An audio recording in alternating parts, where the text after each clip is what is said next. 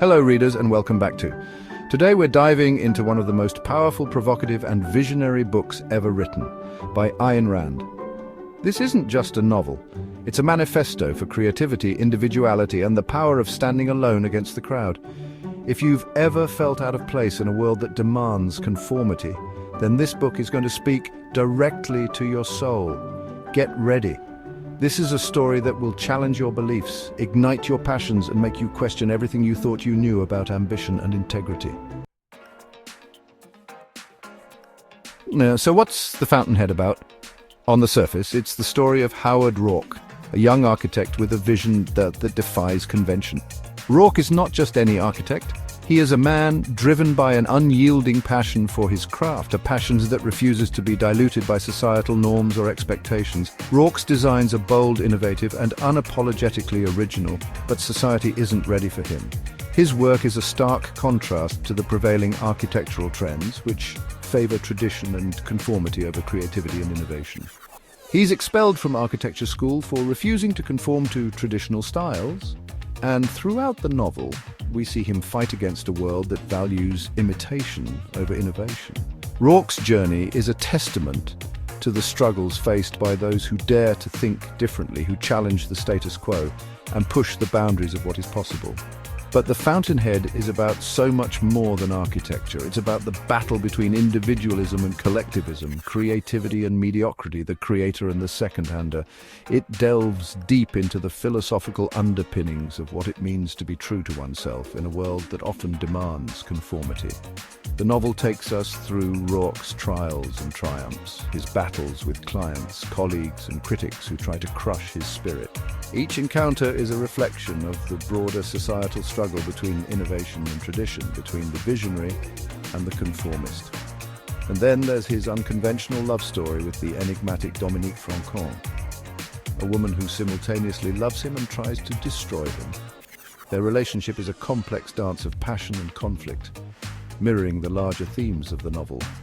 Dominique is both Roark's greatest ally and his fiercest adversary, embodying the internal and external struggles that define his journey. Ultimately, The Fountainhead is a celebration of the human spirit, of the power of individualism and the relentless pursuit of one's vision. It challenges readers to reflect on their own values and the extent to which they are willing to stand up for what they believe in, even in the face of overwhelming opposition. Through Roark's story, Ayn Rand invites us to question the world around us, to seek out our own path, and to never compromise on our principles. The Fountainhead is not just a novel, it's a call to action for anyone who has ever dared to dream. Let's talk about Howard Roark, one of the most iconic protagonists in literature. Roark is the embodiment of Ayn Rand's philosophy of objectivism, a man who lives for his work, his vision, and his own sense of purpose. He doesn't compromise, he doesn't seek approval, and he doesn't follow the crowd. He creates for the sake of creation, not for fame, fortune, or validation. In a world full of imitators, Roark is a creator. He builds what he believes in, even if it means being rejected, ridiculed, or impoverished. He's a man who lives for himself, not in selfishness, but in integrity, and that makes him a force to be reckoned with. But what makes Roark's journey so challenging is the world he's up against. It's a world filled with obstacles, not just physical or financial, but deeply rooted in the very fabric of society. Ayn Rand introduces us to what she calls the second-handers, people who live through the opinions, validation, and work of others. These individuals are not just passive observers, they actively seek out the approval and recognition of others to define their own worth. These are the Peter Keatings of the world, the ones who climb the ladder by manipulating relationships instead of creating value. They are adept at playing the social game, knowing exactly who to flatter and who to undermine to get ahead. They thrive on imitation, flattery, and conformity, and they'll do whatever it takes to tear down the creators who make them feel small. Their success is built on the ruins of others' dreams, and they are relentless in their pursuit of power and status. Second-handers are everywhere in our modern world. They're not confined to any one industry or social class, they permeate every level of society. They can be found in the highest echelons of corporate power, where decisions are made not based on merit, but on who can play the political game the best. They're in the corporate boardrooms, the media, and even in relationships. In the media, they shape public opinion, often prioritizing sensationalism over truth. In personal relationships, they manipulate emotions to maintain control. Through these characters, Rand exposes the dangers of living for others instead of living for yourself. She warns us of the perils of a society that values conformity over creativity and mediocrity over excellence. It's a harsh critique of a society that rewards mediocrity and punishes excellence. Rand's message is clear. To truly live, one must be true to oneself, regardless of the pressures to conform. In a world dominated by second-handers, the challenge is not just to succeed, but to remain authentic and true to one's own vision and values. Then there's Dominique Francon, arguably one of the most complex and fascinating characters in literature. Dominique is brilliant, beautiful, and fiercely independent, but she's also deeply cynical. She loves Roark, not just as a man, but as a symbol of everything good and true in the world. Yet she believes the world doesn't deserve him, so she tries to destroy him to protect him from its corruption. Her relationship with Roark is a paradox, full of passion, conflict, and philosophical depth. It's a love story that defies convention and makes you question what love really means.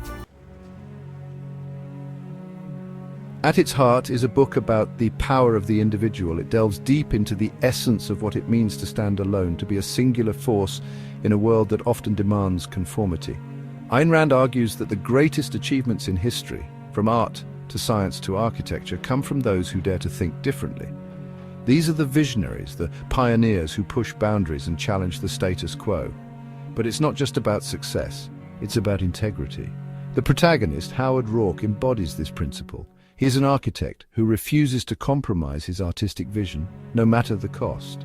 Roark doesn't compromise his vision even when it costs him everything, because to compromise would be to betray himself. His journey is a testament to the idea that true integrity means staying true to one's principles, even in the face of adversity.